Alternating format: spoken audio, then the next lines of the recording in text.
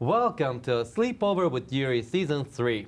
If you've ever been categorized as a minority, whether for being an immigrant or LGBTQ or a person of color, well, guess what? You are in a majority on my show. As Sleepover with Yuri is a show that celebrates diversity, promotes equality, raises awareness, and spreads love. In Season 2, I talked a lot about mental health and our spiritual body. Most religions and beliefs recognize two bodies, physical and spiritual, also known as soul. We are very well aware of our physical body, but not so much of our spiritual body. And there is still a lot of stigma in talking about one's soul. Spirituality involves the recognition of a feeling or sense or belief that there is something greater than myself, something more to being human. In Season 3, I will be talking with my guests about their spiritual experiences, as I believe that spiritual awakening may be a solution to our emotional problems and a key to happiness. My first guest is a gorgeous yogi who is living her dream that she manifested into her life herself. I can't wait to find out about her spiritual awakening. Please help me welcome my friend Victoria. Hi Yuri, thank you for having me. Of course, I'm so happy you came. I've been waiting for this sleepover for the longest time, and today I had like one of those days that I told myself, you know, I need this episode, I need this sleepover, I need Victoria in my life. Victoria, so I met you, not a while back, and I remember when I met you, I thought that you were a walking serenity. You just have this peace and beautiful energy about you that is very contagious, and it's so different and it's so calming. And I wanted to get to know you better, and I wanted to find out where you're getting this energy from. How come you're so at peace and, you know, with so much harmony? So that's why you're here. I want to know the secret. In a nutshell, didn't always embody that kind of peace and serenity. I would say probably just over the last couple of years have I really taken that persona and just really taken it to a whole nother level. I'm a Gemini, and for the longest time, everyone was like, oh, we're known for being the twins, two personalities, and I always kind of had a diva type tendency for worse, not for the better at all. And I was at a point in my life where, after having worked a job in finance for many years, and that definitely was never my passion, but it paid my bills very generously. And so I was there probably, I'd say, for the wrong reasons, but at that time it was comfortable. And there was a point where it was so obvious to my colleagues that I was totally checked out of the job, and I wasn't serving my best interest. I wasn't serving their best interest. Like, I would say nobody was genuinely happy with me being there at that point. So it came a time where I parted ways, and I did not know what I was going to do with myself. I actually spun into a very severe depression where I was drinking alone and just totally blacking out and just kind of checking out of life completely, because I wasn't even sure how to handle things. I didn't know where to turn next. I started applying for more jobs in finance, which actually just like ripped my heart out of my chest. I was like, why am I doing this? I'm completely miserable. Let me ask you more about this, Victoria, though. So you said you had a finance job, so you were making good money, you were, financially stable, but you said also that you were completely checked out of your job and you weren't happy. Was there a particular reason why you felt that way back then? I think at the end of the day, it just wasn't something I ever probably really wanted to do. I graduated from Dartmouth College, and there's a persona that you should be doing certain things after you leave college. My true passion always lied in like movement and fashion, and my parents really did not understand what that even meant or what it looked like. And so when I tried to pursue what I wanted to do, they kind of put their foot down and they're like, we didn't send you to college to go look at clothes or, to go move your body and that sort of thing. But I grew up as a classical ballet dancer, so movement was always deeply embedded in my body. I was training at a pre-professional level before having had knee surgery. And so my heart always lied within movement. So the one good thing that did come out of that finance job, besides of course like great experience, and I did enjoy my colleagues, they were good, don't get me wrong.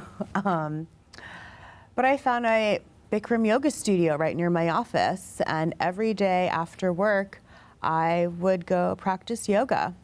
That was the one thing at that time that really kind of gave me some direction, some peace, and left me feeling grounded. For a very long time, I also battled a very bad eating disorder, and so it was exacerbated while I was at the finance job because I wasn't happy there. And so that was a way for me to cope with my sadness at the office.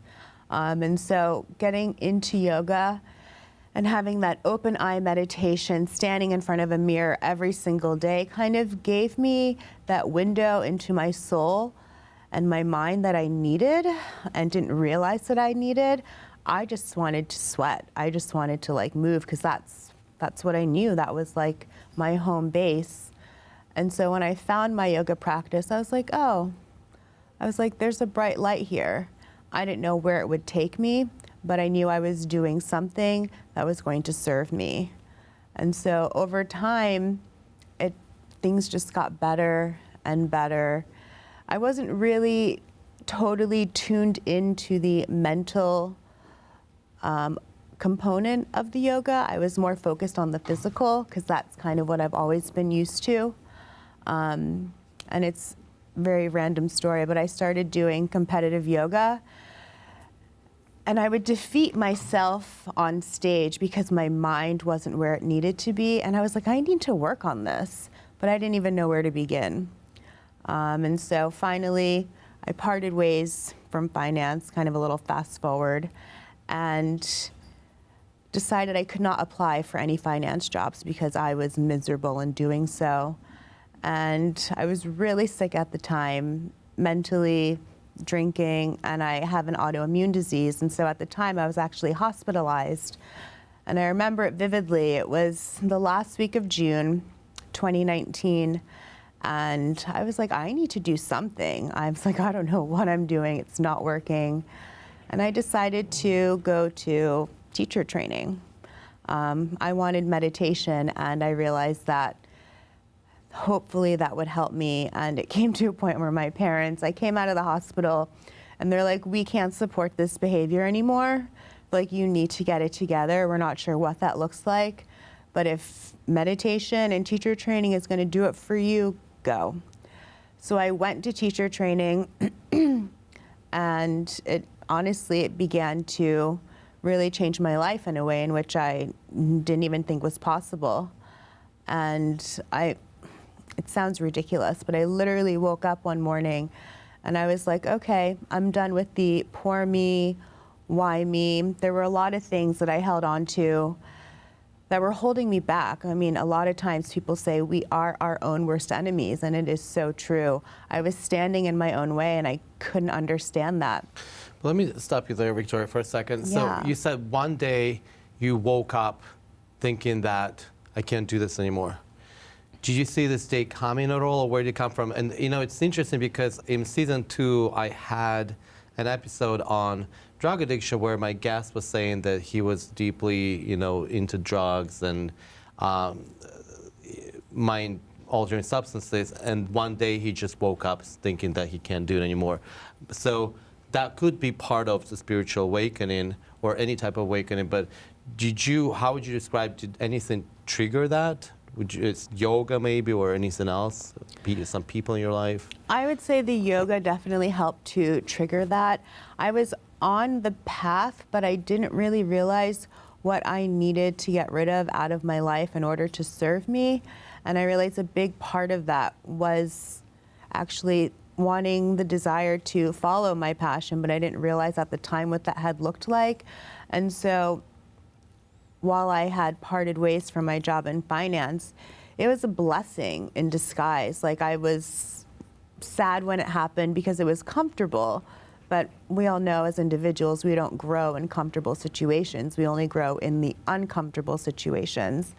And so I was at a point where I had to actively find myself, and embarking on teacher training was something that definitely helped me. And I grew up in a religious family. My dad is very active in the church and all that sort of stuff. And, you know, we went to church, but it wasn't something that I necessarily embodied 200% the way in which my parents did. But I did always believe in a higher power. And when times got tough, you know, my parents always told me growing up, they're like, just pray. Whatever that looks like for you, just do it. And it came to a point where I was praying intensely because I was just like so lost. I was like, what am I even doing with my life? Like, I know I have a lot of potential. I'm not channeling it properly. And my dad and I are very close. And he is someone who always encourages me. He inspires me. He's my biggest cheerleader. Gonna get emotional. And like one morning he was just like, he just cried, and I did not want to see that from him because he means so much to me. And so I was like, I need to figure this out. I don't know what it looks like. So I really leaned into like what I had understood to be spirituality at that time. And when I embarked on teacher training, I started to learn new components of spirituality that actively really resonated with me in terms of like mantras and just, you know, sitting in silence and sitting through your emotions and feeling the energy of other people around you. And I've always been very sensitive to energy, but I never removed myself from people who didn't serve my energy field. But I came to a point in my life where I was like, I cannot be around anyone toxic or anyone who is negative. Like I said, I actively woke up one morning and I was like, I can't do this anymore. Like, I need to turn my life over to gratitude and compassion. I need to be eternally optimistic and positive all of the time. And at first I was like, this is going to be impossible. But I was like, no, nothing is impossible. And what I was doing wasn't working. Like, I had hit rock bottom. And I was like, there is only up from here. And so every single morning, in order to build the habit, I would write into my journal. I would write about what I was grateful for. I would think about just in my everyday movements, the gratitude of like being able to get on my mat every day, being able to open my eyes every day, being able to immerse myself around positive people. My teacher training group of people were so smart, strong, powerful. When I walked into teacher training, I felt so broken. When I left, I felt like an entirely new human being.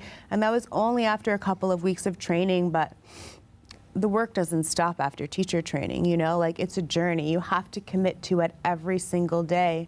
And I was ready to make that commitment because I did not want to see myself flounder anymore. I was like, I know I have way more to offer. And it came to a point too where I was like, I'm going to share a lot of my experiences. Like, I started talking openly about my eating disorder, openly about my alcohol issues. I lost my best friend to suicide growing up. Like, I was talking about that. Like, there were just so many things that broke me, but I used them to empower me and like share that. And I think just being able to actively make the choice, and basically it's a choice. We have to make that choice. If you don't commit to the choice, nothing is going to happen. But make the choice to get up every day and be grateful and compassionate and just proud of who you are in that moment. Be grateful for the challenges that you face, and be grateful for all of the positive things that you face in life, all of the opportunities. Sometimes I ask myself, I'm like, why me? And not for anything bad, but like for all of the wonderful opportunities that have presented themselves in my life. And this is only just over the last couple of years, and it's because like I made a choice to be grateful and be compassionate. And I try to share that with everyone. I'm like, family members, if anyone says, poor me, why me? I'm like, no, this is an opportunity for you to learn something about yourself. Every challenge, you turn it into something positive. So Victoria, let me go back a little bit. You said, so you hit your rock bottom before you stepped on a spiritual journey. Would you trail back to that time for a moment and tell us how exactly you felt when you hit the rock bottom, what the rock bottom for you was. What was the lowest where you found yourself, and how you felt, and what was your process of thinking at the time? It was, I'd say I looked in the mirror and just didn't know like who I was anymore. I didn't recognize myself really as a person anymore. I felt empty. At the time it felt like alcohol was my friend, just enabling me to cope through the day to day, but really it was just making things worse. And it was that emptiness that I felt inside. And a lot of times I would think back to my friend who passed away, and I would think about probably how she felt right before she did it. And there was a time in my life where honestly I wasn't even scared to die. I was like, whatever happens, happens, because I just didn't have that will. I didn't have the desire. I just wasn't grateful. I took a lot for granted. And so I think it was that emptiness. It was like after being hospitalized, it was, waking up completely blacked out, and like my mom just being like, what's going on? And it's like, well, what do I say? Obviously, I'm not happy. And it's interesting that, and thank you so much for being so vulnerable and so honest and sharing all this information. It just seems like even though you had, great parents involved in church, so it's not like you came from a family that was dysfunctional. You came from a good family, you had good education, you had a great job. So everything was fine on the outside, but what you mentioned was you weren't following your path because you wanted the movement as a ballet dancer, then get into yoga. And it just seems like, and correct me if I'm wrong, it just seems like that little thing, just because you weren't following your passion, you weren't following your true self, how you felt and what you felt like you want to do in life, that seemed to have destroyed you. So it's not about, you can live in a beautiful household, in a beautiful place, with beautiful education and a lot of money in the bank, but if you're not following your true self, if you're not taking care of your spiritual body, then you're going to be defeated. And it seems like that's what happened to you. That little detail, because it's not like something, you were growing up in a war zone or anything like that. So once you realize that, and yoga and teacher's training kind of helped you to understand that this is your passion, this is where you need to be. And when you got on that path, that's when you started to feel closer to your spiritual body, and that's when you started craving spiritual work. So did you have a particular moment in life where you felt this is a spiritual awakening, or for you it was a gradual process? It was definitely gradual, but I remember it kind of like, I would say it was nearing the end of my teacher training, where we had done, every single day, probably 2 hours worth of meditation and we go home and we're thinking about, we're thinking about teaching flows, of course, but like what I had learned from that day, I would take home with me, and I kept it with me every moment of every day, and it really just started to sink in and resonate with me, and I started to feel this sense of calm and peace, and like everything was going to be okay, and I had never felt that before. My entire life, I lived my life to please other people. There were certain expectations that I had to fulfill growing up, and in doing so, I acted out in other ways, clearly. And finally, I felt like I was doing something for me, and it was almost, I stumbled upon it, and I don't regret, I regret the pain that I caused my family, of course, but like, me personally, I don't regret any of that turmoil because it brought me to that place where I was able to actually find my passion in life. And while I was so reluctant and terrified to pursue it, when I told my parents I was going to teach yoga, they were like, what? They're like, what is that? They're like, we don't even understand what that means. I was like, don't worry about it. I don't care if you understand it or not. This is what I want to do. And it was like taking a stand for yourself. And we did the test. We have to do some teacher training test, at the end of each session. And I just remember my teacher, his name is Jared McCann, he was like, you have a gift.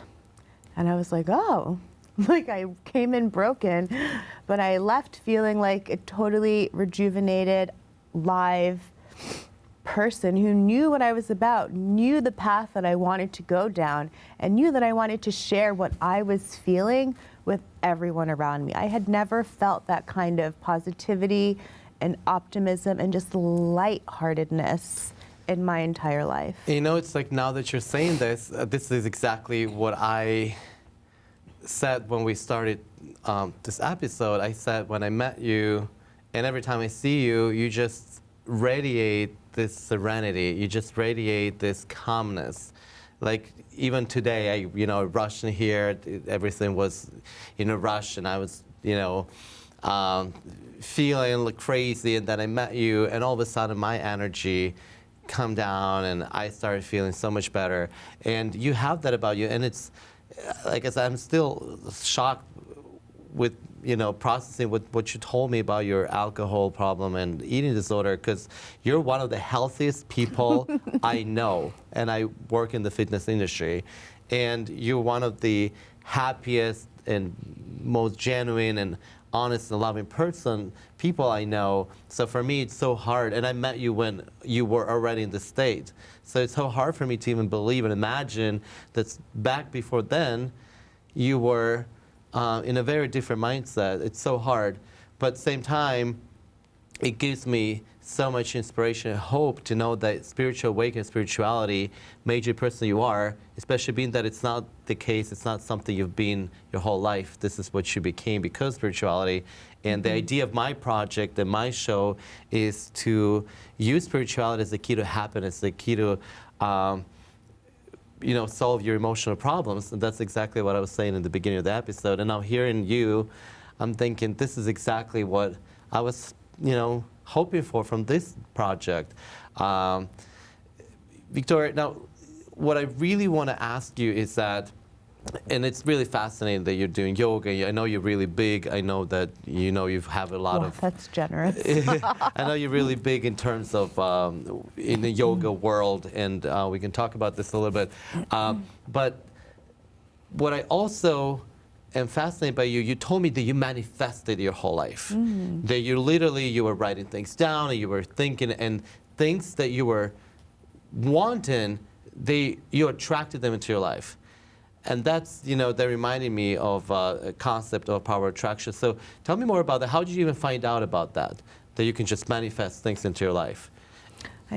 Teacher training, sound like a broken record, but it totally opened my eyes to so many different things. And I never would have even thought that the art of manifesting could actually be a thing. But I knew I had dreams. I knew I was capable of a lot, and I really just had to lean into it, tap into it, and really believe it. So the first thing for me was, of course, just turning my life over to my yoga practice, meditation, and most importantly, gratitude and compassion. A lot of this is a mindset, and the mind controls us completely. And a lot of times for people, the mind just takes over and you feel like you're running on a hamster wheel, you can't control your thoughts, and it ends up in a form of depression or something negative. From what I'm understanding is that the most important thing to do is to find your true passion and to find your true self and find yourself. Because once you find yourself, you'll be in channel with yourself, and then you have clarity, and you can write down or you can just think about things that you want with clarity, and that will attract things into our lives.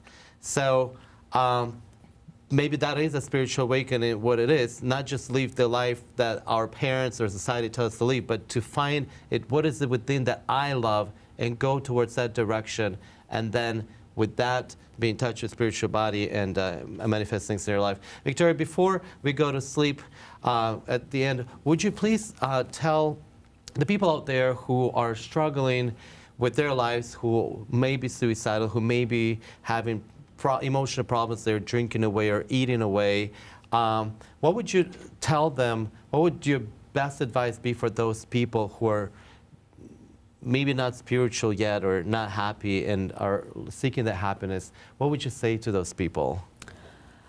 I would say to do your best to be, sounds like a broken record, but grateful and compassionate. Just wake up trying to do your very best every single day.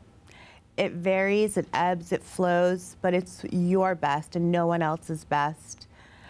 And I would also say that it's important to ask for help. If you need it, ask for it. There's no stigma behind that. That's one thing that I wish I had done that took me so long to do. My ego got in the way time and time again, and it's not worth it. Friends, family, the positive people in your life, that's who you need, that's who you reach out to. So use them. They're there for you. They want to support you. Thank you, Victoria. Thank you so much for coming over tonight, having this beautiful sleepover. If I don't know if that's going to help anybody, but I know it's going to help me a lot. And I'm sure that this message will be useful for a lot of other people as well. You are such a beautiful person inside and out. I'm so happy to have you in my life. And keep manifesting things, and please put my name down on your list next time. Well, let's go to sleep and keep living our best lives. Thank you. I love you. Thank you. Have a good night. Too.